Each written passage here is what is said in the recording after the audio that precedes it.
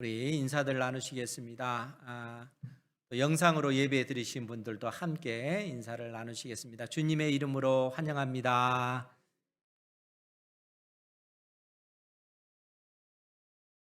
주님의 이름으로 환영하며 주님의 이름으로 여러분들을 축복합니다. 어느덧 한 해가 저물어 가고 있는 것 같습니다. 11월 달이고 또 다음 주에는 추수감사절 예배로 우리가 또 드립니다.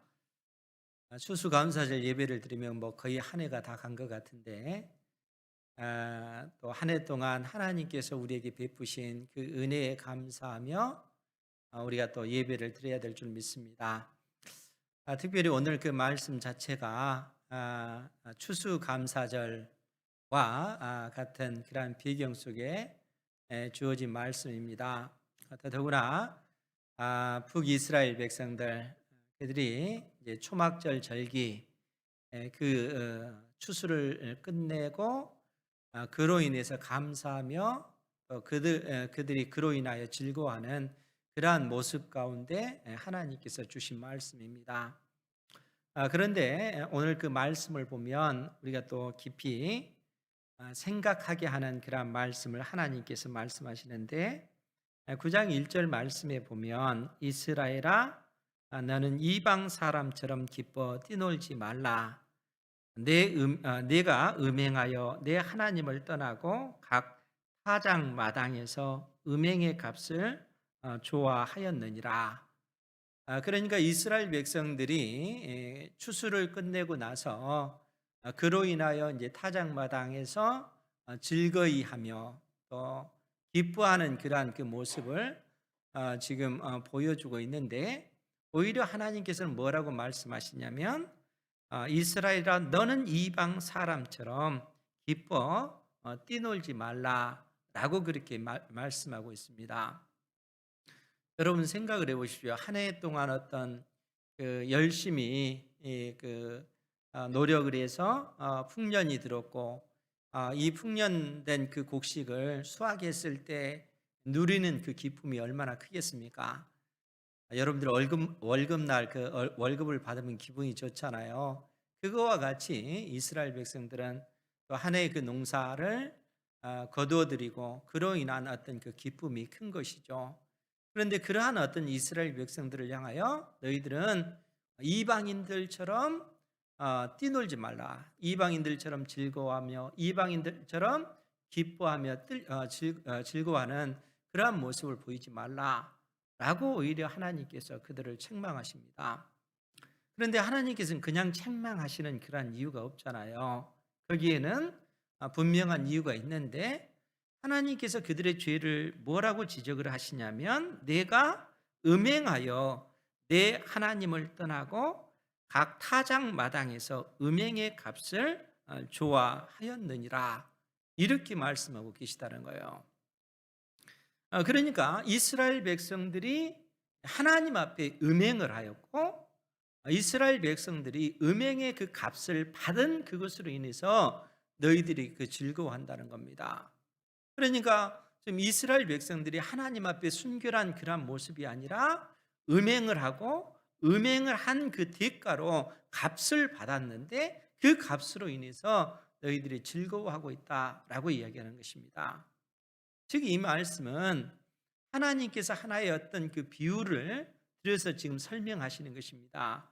음란한 그 여인이 음행을 통해서 결국 거기에 따른 어떤 보수를 받고 보수 받은 그것으로 인해서 즐거워하는 그 모습을 마치 이스라엘 백성들이 타작마당에서 곡식을 추수하고 또 술틀에서 이 포도주를 얻는 그것으로 인해서 즐거워하는 그 모습을 너희들이 음행을 했다라고 이야기하는 것입니다.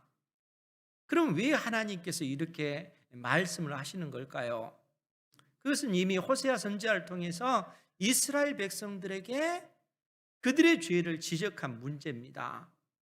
호세아서 2장 5절 말씀에 보면 우리 같이 한번 볼까요?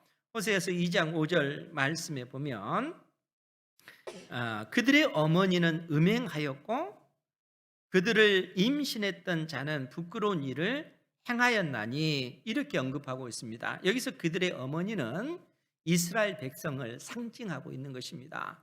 그러니까 이스라엘 백성들이 범죄한 이 모습을 그들의 어머니는 음행하였다, 이렇게 비유해서 표현을 하고 있는 것입니다. 그러면서 뭐라고 얘기하냐면, 이는 그가 이르기를, 즉 음행한 이스라엘 백성들이 이르기를, 나는 나를 사랑하는 자들을 따르리니 그들이 내 떡과 내 물과 내 양털과 내 삶과 내 기름과 내 술들을 내게 준다 하였음이라. 지금 이스라엘 백성들이 음행한 그 대가로 그들이 떡과 물과 양털과 삶과 기름과 술들을, 포도주를 얻게 된다는 그 얘기입니다. 그러면 지금 이 말씀의 의미가 무엇입니까? 그것은 이스라엘 백성들이 하나님을 섬기지 아니하고 바알을 섬겼더니, 또 아세라 그 우상을 섬겼더니, 그 바알 신이, 아세라 신이 우리에게 이처럼 풍성한 곡식과 우리에게 이처럼 귀한 질 좋은 이 포도주를 얻게끔 하셨다는 거예요.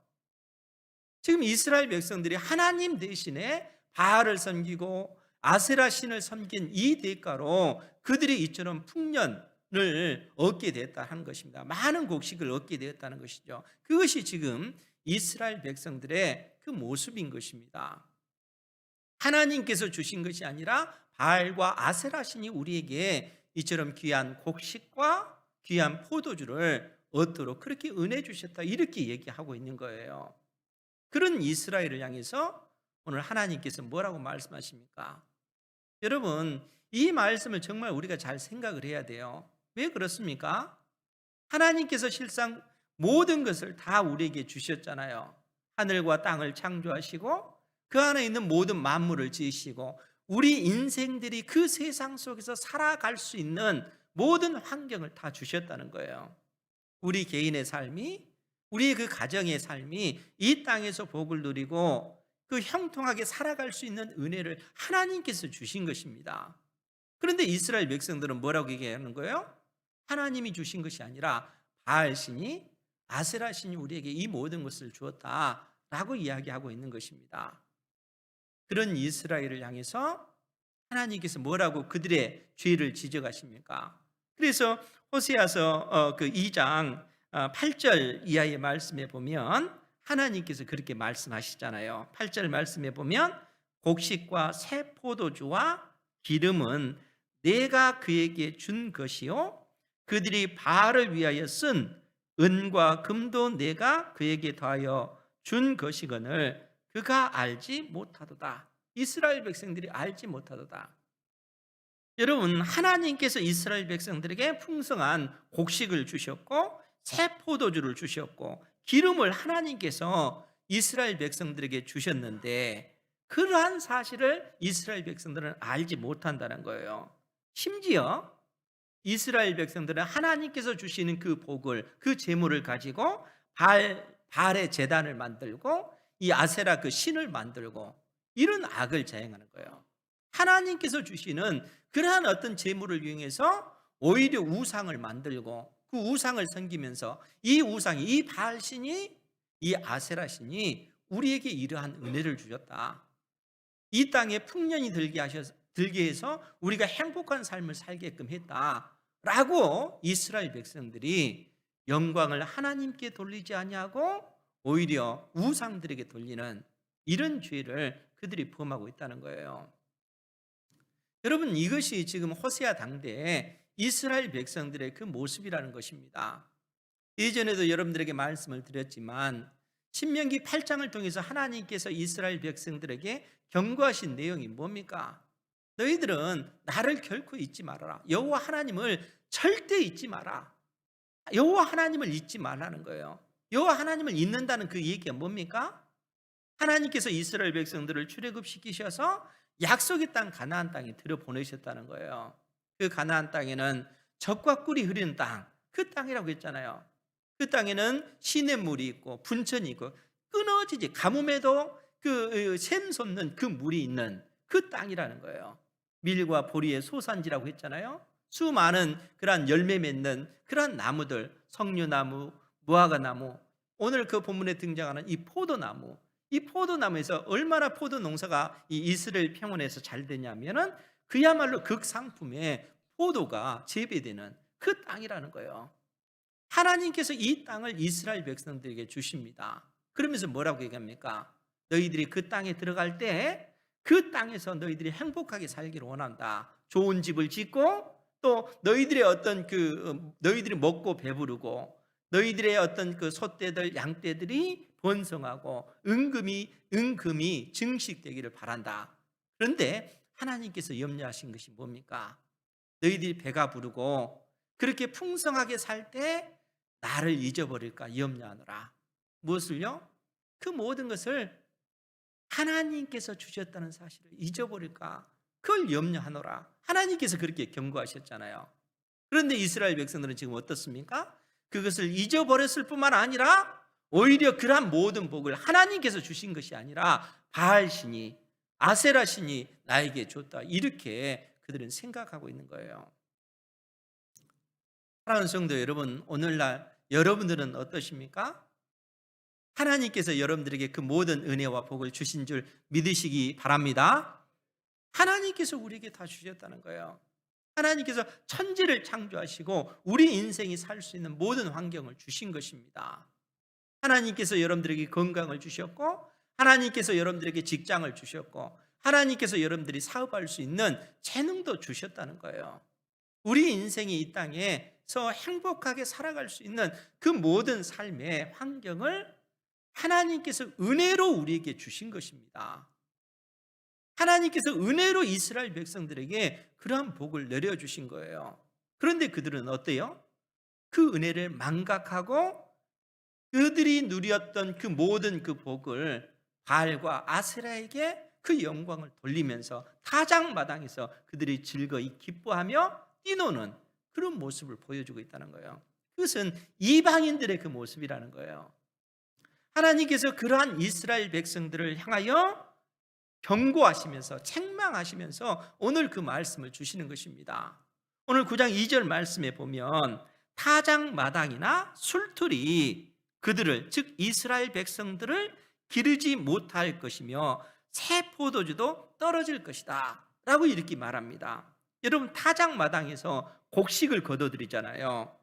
술틀에서 새 포도주를 거둬들이는 것입니다. 그런데 인생이 산다는 것이, 인생이 이 땅에서 살아간다는 것이 이러한 곡식과 이러한 어떤 새 포도주로 인생이 살아가는 존재가 아니라는 거예요.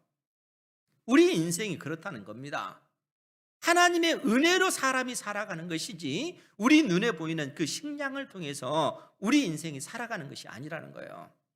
하나님의 은혜로 살아가는 것인 줄 믿으시기 바랍니다. 우리가 그 은혜로 살아가는 거예요. 우리 눈에 보이는 그런 먹을 것, 입을 것, 이것으로 인생이 살아가는 것이 아니라는 겁니다. 그래서 하나님께서 타작마당이나 술틀이 그들을 기르지 못할 것이며 새 포도주도 떨어질 것이다. 왜냐하면 영광을 하나님께 돌리지 아니하고 하나님과 맺은 언약을 파기하면서 우상을 섬기는 이스라엘 백성들에게 이제는 그 풍족함이 떠나가고 그들에게 빈곤함이 닥칠 것을 말씀해 주고 있다는 거예요. 이 땅의 어떤 그 재물을 의지하고 이 세상의 어떤 그 거짓된 그 신들을 의지하는 그것으로 인해서 하나님께서 이러한 진노를 내리시겠다라고 말씀하십니다. 그러면서 우리 3절 말씀 같이 한번 볼까요? 시작. 그들은 여호와의 땅에 거주하지 못하며 에브라임은 애굽으로 다시 가고 아수르에서 더러운 것을 먹을 것이니라. 아멘. 결국 하나님을 예배하지 아니하고 하나님의 말씀에 순종하지 아니하고 우상을 섬기는 그 이스라엘을 향하여 그들은 여호와의 땅에 거주하지 못하며 에브라임은 애굽으로 다시 가고 아수르에서 더러운 것을 먹을 것이니라. 이렇게 하나님께서는 선언하고 계시다는 거예요. 하나님께서 여호와의 땅에 거주하지 못한다. 너희들은 여호와의 땅에, 하나님의 땅에 거주하지 못한다. 이렇게 선언하셔요. 여러분, 이스라엘 땅은 하나님의 땅이에요. 땅은 하나님의 것입니다. 하나님에 속한 것이라는 거예요. 그래서 이스라엘 백성들이 가나안 땅에 들어갔을 때도 그 땅을 매매하지 말라. 왜냐하면 땅은 하나님께 속한 것이기 때문에. 그리고 그 땅은 하나님께서 친히 통치하신 땅, 하나님께서 다스리는 땅, 이스라엘 자체가 하나님의 그 나라이기 때문에 그런 것입니다. 그런데 그 나라의 백성으로 부르셨던 이스라엘 백성들이 오히려 어떻게 합니까? 하나님을 섬기지 아니하고, 하나님을 왕으로 섬기지 아니하고 바알을 섬기고 아세라 신을 섬기는 이런 악을 자행하는 것입니다. 그러니까 그 하나님의 땅에 더 이상 너희들은 거주하지 못할 것이고, 너희들은 애굽 땅으로, 아수르 땅으로 쫓겨가게 될 것을 지금 하나님께서 선언하고 계시다는 거예요. 그러니까 애굽으로 다시 간다. 그 얘기는 애굽 땅에서 종살이 했던 그러한 어떤 신분으로 너희들이 다시 돌아가게 될 것이다. 즉 북이스라엘은 멸망당하고 남유다도 멸망당하고, 멸망당한 이후에 그 백성은 이방 나라로 포로로 끌려가게 될 것을 지금 하나님께서 말씀하고 계시다는 겁니다. 그러면 사랑하는 성도 여러분, 이방 땅으로 그들이 포로로 끌려가게 될 때 그들의 삶의 형편은 어떠하겠습니까? 하나님께서 이스라엘 백성들을 거룩한 백성, 구별된 백성으로 불러주셨는데 그들은 마치 맛을 잃어버린 소금과 같아서 밖에 내다 버려질 뿐만 아니라 수많은 사람들에게 발핀을 받는 그러한 어떤 모습이 되어버렸다는 거예요. 이방 땅에 포로로 끌려간 그들의 그 모습이 그렇습니다. 그러면서 하나님께서는 뭐라고 그들을 향해서 얘기하냐면 그들이 더러운 것을 먹을 것이니라. 왜 더러운 것을 먹을까요? 여러분, 이스라엘 백성은 하나님께서 이 땅에서 구별된 백성으로 불러내셨습니다.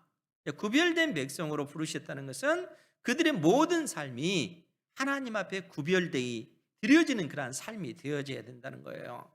여러분, 그래서 이스라엘 백성들에게 하나님께서 명하신 것이 뭐냐면 너희들이 곡식을 거둘 때 첫 단을 하나님 앞에 드려라. 여러분, 추수를 시작할 때 첫 단을 하나님 앞에 드리잖아요. 그것이 어떤 의미가 있을까요? 그 첫 단을 하나님 앞에 드림으로써 나머지 전체가 다 하나님의 것이 되었다, 거룩하여졌다, 하나님 앞에 구별되이 되어졌다라는 그런 의미입니다. 그것이 첫 단을 드리는 그 의식이라는 거예요. 그 의미라는 거예요. 짐승을 기를 때 짐승의 첫 새끼가 나오면은 그것을 하나님 앞에 갖다 드리죠. 바치는 것입니다. 그것이 의미하는 바가 무엇입니까? 이 짐승의 첫 새끼뿐만 아니라 그가 가지고 있는 그 모든 것이 다 하나님께서 은혜로 나에게 주셨다는 그 믿음의 그 고백입니다. 하나님께서 그 첫 새끼를 받으실 뿐만 아니라 그 모든 것을 받으셨다. 그 모든 것이 다 구별되었다. 거룩한 백성들이 그 복을 누리고 살아간다라는 그 의미가 첫 곡식단을 하나님 앞에 드리는 것이고 첫 새끼를 하나님 앞에 드리는 것입니다. 그것을 통해서 이스라엘 백성들이 거룩하고 그들이 가지고 있는 그 모든 것이 다 하나님 앞에 거룩한 것이 되었다라는 그런 의미예요. 그런데 여러분, 이스라엘 백성들이 이방 땅에 포로로 끌려가게 되면 그러한 제사를 그들이 드릴 수 있을까요? 드릴 수가 없죠. 왜 그렇습니까? 그들에게는 그러한 성소가, 하나님의 성전이 그 이방 땅에는 없기 때문에 그렇습니다. 하나님과 이스라엘 사이에 그 파기된 그 언약 관계를 회복할 수 있는 그 유일한 길이 성소를 통해서, 성전을 통해서 이루어지는 겁니다. 그런데 그들에게 성전이 없으면 어떻게 되겠어요? 그들이 거룩한 삶을 살 수가 없는 거예요. 하나님께서 지금 이스라엘 백성들이 이방 땅으로 포로로 끌려갔을 때 그들의 그 비참한 그 모습을 이렇게 묘사해 주고 있다는 거예요. 그들이 그 땅에서 더러운 것을 먹고 살게 될 것이다, 그 얘기입니다. 구별된 백성이 아니라는 거예요. 이방 땅으로 끌려갔을 때의 그 비참한 그 모습을 그처럼 묘사해 주고 있는 것입니다. 그러면서 뭐라고 얘기합니까? 4절 말씀에 보면 그들은, 이스라엘 백성들은 여호와께 포도주를 부어드리지 못하며, 전제로 포도주로 하나님 앞에 제사 드리는 그 모습이에요. 그들은 여호와께 포도주를 부어 제사 드리지 못하며 여호와께서 기뻐하시는 바도 되지 못할 것이라. 그들의 제물은 애곡하는 자의 떡과 같아서, 애곡하는 자는 죽은 자를 얘기하는 거, 죽은 자의 그 집에서 통곡하는 그 자의 떡과 같아서. 여러분, 그 율법에 의하면은 죽은 자들, 장사 지는 자들은 부정한 자들이에요. 거룩하지 못한 것이죠. 그러니까 애곡하는 자의 떡과 같다라고 하는 것은 그 떡 자체가 하나님 앞에 드려질 수 없는 떡이라는 거예요. 부정한 떡이라는 거예요. 더러운 떡이라는 거예요. 그런데 지금 이스라엘 백성의 그 모습이 애곡하는 자의 떡과 같아서 그것을 먹는 자는 더러워지나니 그들의 떡은 자기의 먹기에만 소용될 뿐이라 여호와의 집에 들을 것이 아님이니라. 이방 땅의 포로로 끌려가게 되면 결국 그들의 삶이 그런 모습이라는 거예요. 구별된 백성으로서 하나님 앞에 드려진 그 삶이 아니라는 거예요. 사랑하는 성도 여러분, 인생의 의미, 인생의 그 가치가 어디에 있습니까? 여러분, 예수님을 믿는 사람도 한평생 살다가 이 세상을 떠나잖아요. 예수님을 믿지 않는 사람도 한평생 살다가 이 세상을 떠납니다. 어떤 의미로서는 예수님을 믿는 사람들보다 믿지 않는 사람들 가운데 이 땅에서 더 많은 그 부자들이 많고 또 명성을 누린 그러한 사람도 많고 권력을 누린 사람도 많습니다. 예수님 믿는 사람들보다. 그러면은 사람의 가치가 어디에 있겠습니까? 이름을 내고 이 땅에서 어떤 부귀 영화를 누리면 그 인생이 가치 있고 그렇지 못하면은 가치가 없는 인생일까요? 그렇지 않죠. 하나님께서는 참으로 우리 인생이 의미 있고 가치 있어지려면 하나님의 형상대로 창조한 받은 인생이 하나님을 사랑하고 하나님께서 우리 인생에게 주신 말씀을 의지하여 믿음의 삶을 살아가는 그 자녀가 그 인생이 하나님 앞에 가치 있고 복된 인생이라 이렇게 말씀하고 계십니다. 우리 인생의 그 가치는 내 속에 예수님의 부활 생명이 있느냐 없느냐 그리고 내가 얼마만큼 하나님을 사랑하느냐 여기에 있다는 거예요. 하나님께서 자신의 그 영광을 드러내기 위해서 인생을 이 땅에 내셨고 우리의 전 인생을 통해서 하나님께서는 영광 받으시기를 원하고 계십니다.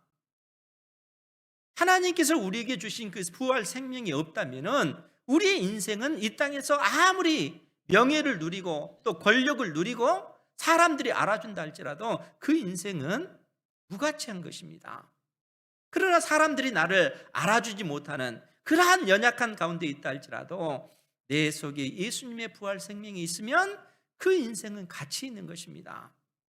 하나님께서 우리 인생을 그처럼 만드셨다는 거예요. 그러니까 이방 땅에서 이 세상 속에서 구별된 백성답게 살아가지 못하는 그러한 어떤 그 인생들을 향하여 그들의 떡은 자기의 먹기에만 소용될 뿐이라. 정말 무가치한 그 인생으로 그들의 삶이 그대로 끝나고 말게 될 것임을 하나님께서 이처럼 말씀해 주고 계시다는 거예요. 사랑하는 성도 여러분, 하나님을 사랑하시기 바랍니다. 하나님을 사랑하시고 하나님께서 우리에게 주신 그 말씀을 통해서 하나님이 어떤 분이신지 더더욱 힘써 알아가기를 힘쓰셔야 된다는 거예요. 그래야만이 우리의 삶을 통해서 아버지 하나님의 그 기쁘신 뜻을 이루어갈 수 있기 때문에 그런 것입니다. 그러한 삶을 살지 못하면 결국 그 인생이 이 땅에서 살아가기 위해서 애쓰는 그 모든 것은 결국 그들의 떡은 자기의 먹기에만 소용될 뿐이라 여호와의 집에 들을 것이 아님이라 이렇게 끝나고 만다는 거예요. 그러면서 호세아 선지자를 통해서 너희는 명절날과 여호와의 절기의 날에 무엇을 하겠느냐.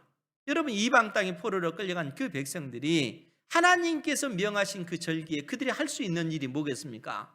아무것도 없는 것입니다. 이방 땅으로 끌려감으로써 하나님께서 그들에게 명한 그 절기 자체가 폐하여질 수밖에 없는 것이죠. 그러니까 그들이 그야말로 비참한 그 지경에 이르게 될 것을 말씀해 주고 있습니다. 그러면서 하나님께서는 또 뭐라고 말씀하시냐면 6절 말씀에 우리 6절도 같이 한번 볼까요? 시작. 보라, 그들이 멸망을 피하여 갈지라도 애굽은 그들을 모으고 노브는 그들을 장사하리니 그들의 은은 귀한 것이나 찔레가 덮을 것이요 그들의 장막 안에는 가시덩굴이 퍼지리라. 아멘. 이스라엘 백성들이 결국 아수르에 의해서 멸망을 당했잖아요, 북이스라엘이. 그런데 여러분, 이 아수르의 그 대군에 의해서 북이스라엘 멸망당할 때 엄청나게 많은 사람들이 죽임을 당하고 또 수많은 사람들이 이방 땅으로 포로로 끌려갔습니다. 그런데 그 중에 살아남은 자들이 있겠죠. 그 사람들은 애굽으로 피하게 됐다는 거예요. 남쪽 애굽으로 도망친 것이죠. 그러면 그들이 드디어 이 아수르의 그 무서운 군대로부터 우리가 생명을 얻었다, 이렇게 얘기할 수 있을까요? 아니요. 하나님께서는 끝까지 그들을 추격해 들어가셔서 그들을 심판하시겠다, 지금 하나님께서는 그 말씀을 하고 계시는 거예요. 그렇기 때문에 하나님께서 뭐라고 했냐면, 보라, 그들이 멸망을 피하여 갈지라도, 이 아수르의 그 군대를 피하여 애굽으로 도망친다 할지라도 애굽은 그들을 모으고, 애굽이 그들을 모은다라는 얘기는 애굽이 결국 그들을 정복하고 그 얘기입니다. 애굽 그 군대가, 애굽 사람들이 이스라엘 백성들을 핍박하고 그들을 핍박하는 그러한 어떤 그 상황이 전개될 것을 말씀해 주고 있습니다. 뿐만 아니라 노은 그들을 장사하리니, 이 노비라고 하는 것은 애굽의 그 북쪽에 있는 그러한 지역입니다. 그러니까 그 이스라엘 땅으로부터 더 멀리 도망친 곳이 놉 땅인데, 결국 그 놉 땅에서 이스라엘 백성들은 장사되고 말 거라는 거예요. 죽어서 무덤에 갇히게 될 거다, 그 얘기입니다. 그러니까 아수르의 그 군대를 피했다고 해서 그들이 살아남는 것이 아니라 하나님의 그 진노의 심판은 끝까지 그들을 쫓아가서 하나님의 그 언약적 그 심판을 그들이 받게 될 것을 지금 하나님께서 말씀해 주고 있다는 거예요. 결국 그들은 그처럼 비참하게 죽음을 당하고 마는 것입니다. 그러면 여러분 생각해 보십시오. 그들이 이 땅에서 그처럼 소중하게 여겼던 재물들, 또 그들이 정성을 쏟아서 지었던 그 안락한 그 장막, 그 집들, 그것은 어떻게 되겠어요? 여러분, 우리 인생이 이 땅에서 살아갈 때 좋은 집에서 산다고 하는 것은 하나님께서 내리시는 엄청난 은혜요, 복입니다. 여러분, 좋은 집에서 사시기 바랍니다. 뿐만 아니라 좋은 차를 타고 또 재물도 많고 행복한 가정을 이루는 것을 하나님께서 누구보다 좋아하셔요. 하나님께서는 싫어하지 않습니다. 하나님께서는 우리가 부자로 사는 걸 싫어하지 않으셔요. 하나님께서는 여러분들이 그러한 부자로 살기를 바라셔요. 행복하게 하나님을 사랑하고 이 땅에서 복을 누리는 삶을 살아가기를 원하신다는 거예요. 그런데 문제는 뭡니까? 그런 하나님을 사랑하지 않고 그 재물에 집착할 때, 하나님께서 그 모든 은혜와 복을 주셨음에도 불구하고 그 영광을 하나님께 돌리지 않냐고 이 땅에 소망을 두고 살아갈 때 하나님께서는 그 인생을 향하여 진노하신다는 거예요. 이스라엘 백성들을 향해서 하나님께서는 그 심판을 내리신 것입니다. 그러니까 그들이 그처럼 귀하게 여겼던 그 재물들, 그것이 어떻게 됩니까? 6절 그 중반절에 보면, 그들의 은은 귀한 것이나 찔레가 덮을 것이요 그들의 장막, 그들의 집 안에는 가시 덩굴이 퍼지리라. 결국 그들이 애지중지했던 그 재물들이 그의 인생과는 무관한 것이 되고 만 것이죠. 그가 살았던 좋은 집이 그의 삶과는 무관한 그런 집이 되고 만 것입니다. 왜 그렇습니까? 하나님께서 그들에게 베푸신 그 은혜를 그들이 망각했기 때문에 그렇다는 거예요. 하나님의 약속의 말씀을 의지하여 이 땅에서 구별된 백성답게 살아가야 되는데 그러한 삶을 살지 아니하고 하나님 대신에 바알을 섬기고 아세라를 섬기고 하나님 대신에 이 땅에 소망을 두고 이 땅의 즐거움을 쫓아가는 그 인생들에게 결국에 닥치는 그런 환난이 그런 것이라는 거예요. 이 말씀을 통해서 우리 은행교회 모든 성도들 하나님의 그 교훈을 받으시기를 주님의 이름으로 축원드립니다. 하나님을 사랑하셔야 돼요. 정말 여러분 행복한 삶을 살고 싶거든 하나님을 사랑하십시오. 하나님께서 주시는 그 은혜를 누리는 삶을 살기를 원한다면 하나님의 말씀대로 순종의 삶을 살라 하는 것입니다. 하나님께서 성경 여기에서만 그 얘기를 하는 게 아니잖아요. 성경 66권을 통해서 계속해서 믿음의 백성들에게 이 경고를 내리고 계시잖아요. 하나님께서 이러한 경고를 했음에도 불구하고 이스라엘 백성들이 듣지 아니하니까 하나님께서 호세아 선지자를 통해서 그들에게 형벌의 날, 보응의 날에 대해서 선언하고 계시잖아요. 7절 말씀입니다. 형벌의 날이 이르렀고 보응의 날, 그 죄에 대한 심판의 날이 온 것을 이스라엘이 알지라. 그런데 이 표현을 보면 형벌의 날이 이르렀다, 이 완료형 동사를 써요. 보응의 날이 왔다, 이렇게 지금 표현하고 있습니다. 아직 임하지는 않았는데, 그런데 왜 이렇게 표현을 쓰겠어요? 이런 표현을 쓸 때마다 그 다급함, 임박할 그 하나님의 그 진노가 곧 몰려올 것을 선지자가 이처럼 선언하고 있는 것입니다. 그러니까 아수르에 의해서 북이스라엘이 그야말로 멸망을 당하잖아요. 그 멸망의 때가 몇 년 남지 않았다는 거예요. 그렇기 때문에 호세아 선지자는 형벌의 날이 이르렀고 보응의 날이 온 것을 이스라엘이 분명히 알게 될 것이다, 이렇게 선언하고 있습니다. 그러기 전에 속히 하나님께로 돌이키라, 그 얘기죠. 그러면서 하나님께서 무슨 말씀을 하시냐면 이스라엘 백성들의 그 생각, 백성들이 가졌던, 품었던 그 생각, 선지자가 어리석었고 신에 감동한 자는 미쳤다. 여러분, 여기서 선지자와 신의 하나님의 성령에 감동한 자는 같은 말입니다. 선지자를 얘기해요.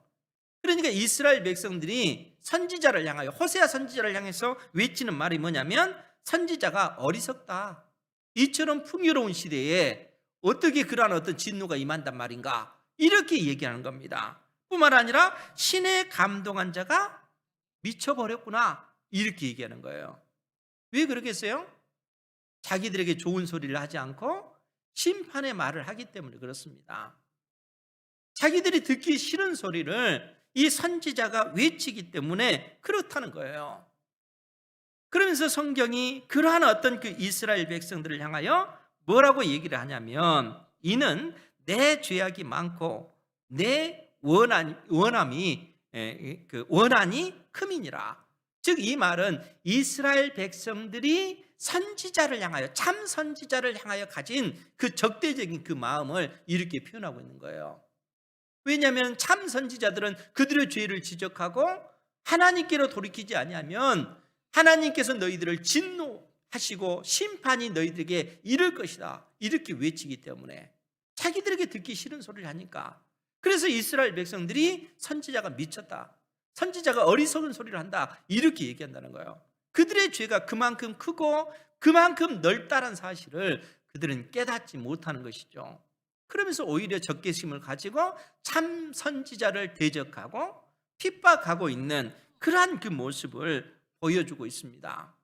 사랑하는 성도 여러분, 선지자는 어떤 사람입니까? 선지자는 어떤 사람입니까?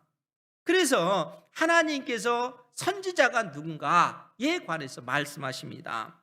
8절 말씀인데 우리 8절 말씀 같이 한번 볼까요? 시작. 에브라임은 나의 하나님과 함께한 파수꾼이며 선지자는 모든 길에 친 새 잡는 자의 그물과 같고 그의 하나님의 전에는 원한이 있도다. 아멘. 선지자가 어떤 존재인가에 관해서 지금 하나님께서 설명하셔요. 그런데 이 8절 말씀의 그 우리 한글 번역 성경은 그 의미를 제대로 드러내지 못해 많이 오역이 된 부분이에요. 그래서 NIV 같은 경우는 원문과 가까운데 그 부분을 제가 의역을 하면 그렇게 되었습니다. 잘 들으시기 바랍니다. 그 선지자는 이스라엘을 지키는 파수꾼이다. 파수꾼이라고 하는 것은 경계병이잖아요. 그러니까 이 꼭대기에서 이 요새에서 적들이 쳐들어오는가 안 오는가를 감시하는 역할을 하는 사람이 파수꾼입니다. 그런데 뭐라고 표현됐냐면 그 선지자는 나의 하나님을 위하여 이스라엘을 지키는 파수꾼이다. 그러나 그 선지자가 가는 곳마다 그를 잡기 위하여 덫을 놓고 있다. 심지어 하나님의 집에서조차 적대감을 디하게 된다. 그러니까 지금 그 이스라엘 백성들이 참 선지자를 향하여 어떤 생각을 품고 있는가 하는 사실에 대해서 말씀해 주고 있어요. 하나님께서 이 땅에 선지자를 보내실 때는 택한 백성 이스라엘을 위해서라는 거예요. 선지자는 이스라엘 백성들을 지키는 파수꾼이라는 것입니다. 선지자는 하나님의 그 뜻에 따라서 택한 백성 이스라엘을 이 세상의 모든 그 위험으로부터 지키는 파수꾼의 역할을 하는 사람이 선지자라는 거예요. 그러니까 그 선지자가 이스라엘 백성들의 죄를 지적함으로써 임박할 그 진노로부터 피할 길을 제시해 주고 있잖아요. 그런데 이스라엘 백성들은 어떻습니까? 그 천 선지자를 핍박하고 조롱하고 선지자가 미쳤다, 이렇게 이야기하고 있다는 거예요. 그들이 그 선지자를 배척하는 것입니다. 뿐만 아니라 오히려 그 선지자가 가는 길목마다 함정을 파놓고 그 함정에 걸려 넘어지기를 지금 바라고 있는 사람이 이스라엘 백성들의 그 모습이라는 거예요. 심지어 하나님의 집, 하나님의 성전에서까지 그 적대감을, 하나님의 그 참 선지자를 적대적으로 대하는 그 적의를 느낄 수가 있는 겁니다. 그것이 지금 이스라엘 백성들의 그 모습이라는 거예요. 그러니까 하나님의 택한 백성들이 하나님 앞에 부르심을 받았지만 실상 그들이 영적으로 얼마만큼 심각하게 타락했는가 하는 사실을 보여주고 있습니다. 여러분, 한 시대의 그 공동체가 건강해지려면 건강한 정신을 가진 사람들이 많아져야 됩니다. 그런데 그 시대 정신이 건강하지 못하면요, 불의한 자들이 득세하게 되고, 불의한 자들이 많아지게 되면 의로운 자가 핍박을 당할 수밖에 없습니다. 그렇지 않겠어요? 오히려 불의한 자가 이 땅에 권력자로 등장하게 되면 오히려 그러한 사람들을, 불의한 시대는 그러한 사람들을 더 지지하게 돼 있어요. 그 시대가 그만큼 병들었다는 얘기죠. 지금 북이스라엘의 그 모습이 그러한 것입니다. 그러니까 참 선지자는 핍박을 당하고 있고 고통을 당하고 있고, 수많은 이스라엘 백성들이 오히려 참 선지자의 말을 듣지 않냐고 여호와가 하나님이 아니라 바알이 바로 하나님이다, 이렇게 선언하고 있는 그런 모습이라는 거예요. 그것이 북이스라엘의 그 모습입니다. 그 시대를, 그래서 호세아 선지자는 뭐라고 얘기하냐면 9절 말씀에 보면 그들은 기브아의 시대와 같이 심히 부패한지라 여호와께서 그 악을 기억하시고 그 죄를 벌하시리라. 지금 이스라엘의 어떤 그 시대상은 기브아 시대와 같다는 겁니다. 여러분, 기브아 시대가 어느 시대입니까? 우리가 사사기서를 보면 사사기 그 19장에서 21장까지 그 한 레위인과 그 첩에 관한 그런 이야기가 나옵니다. 그러니까 지금 우리가 그 사사기 제일 마지막 부분에 보면 두 가지 큰 사건이 나오는데, 하나는 미가가 드리는 그 우상, 미가의 그 우상 문제가 나오고, 또 한 사건이 이 레위인과 첩에 관한 그런 이야기예요. 그런데 이 두 사건이 공통적으로 그렇게 드러난 그 이유는 그 시대에 하나님의 백성들에게 하나님의 말씀이 없기 때문에 그 시대가 그만큼 타락했다라는 그 실상을 보여주고 있는 말씀입니다. 그러면 이 기브아 시대에 어떤 일이 벌어진 거예요? 그 한 레위인이 자기 첩을 데리고 이 기브아 땅에서 하룻밤을 묵게 됐다는 거예요. 그런데 어떤 일이 벌어졌습니까? 그 기브아 땅의 그 청년들이 이 레위인을 내놔라, 그 레위 사람이 머물고 있는 그 노인의 집에 쳐들어가서 그 레위 사람을 내놔라, 우리가 그와 상관하리라. 남자들을 이 성적으로 음행하겠다는 겁니다. 동성연애하겠다는 것이죠. 그것이 지금 기브아 땅에서 벌어진 일입니다. 그런데 그 레위 사람을 내놓지 않고 그 레위의 그 첩을 내놨을 때 온 밤 내내 이 청년들이 그 어떤 기브아 그 레위인 그 첩을 온 밤 내내 그 폭행을 한 거예요. 성폭행을 한 것이죠. 이로 인해서 그 여인이 죽게 되었습니다. 여러분, 이러한 그 비참한 그 일이 기브아 땅에서 벌어진 것입니다. 그래서 이 문제로 인해서 이스라엘 11지파가 이 청년들을 내놔라. 어떻게 하나님의 땅에, 하나님의 백성의 땅에 이처럼 폐역한 일이 일어날 수 있겠는가라고 했을 때 이 기브아 땅에 속한 이 베냐민 지파 사람들이 이 청년들을 내놓지 않는 거예요. 왜 그렇습니까? 자기 지파에 속한 청년들이라는 거예요. 그러니까 그들에게는 하나님의 말씀보다 더 중요한 것이 자기들 지파에 속한 사람들이기 때문에 내놓지 않겠다, 그렇게 얘기하는 거예요. 무슨 얘기입니까? 그 시대 정신이 그렇게 됐다는 거예요. 그만큼 타락한 일들이 하나님의 백성 사이에 벌어졌음에도 불구하고 그것이 죄다 지적하지를 않는 겁니다. 오늘 오히려 다수의 많은 사람들이 그러한 그 악한 생각에 사로잡힌 바 되니까 악이 득세하는 그러한 시대가 되어버린 것입니다. 그래서 결과적으로 어떻게 돼요? 11지파가 베냐민 지파 남녀노소 할 것 없이 다 잔혹하게 다 살해해버립니다. 남자만 600명만 남게 되어지는 것이죠. 그것이 기브아 시대에 벌어진 그러한 비참한 그 역사라는 거예요.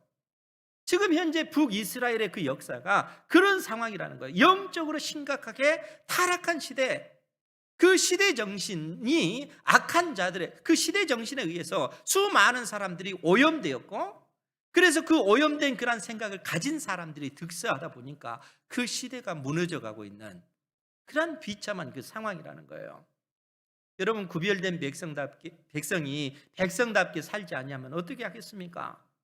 하나님께서 심판하시죠. 그렇지 않습니까? 소금이 그 맛을 잃으면 밖에 내다 버려지잖아요. 사람들이 그 소금을 밟고 지나다니는 것입니다. 구별된 백성들이 백성답게 살지 않으면 그런 시대가 된다는 거예요.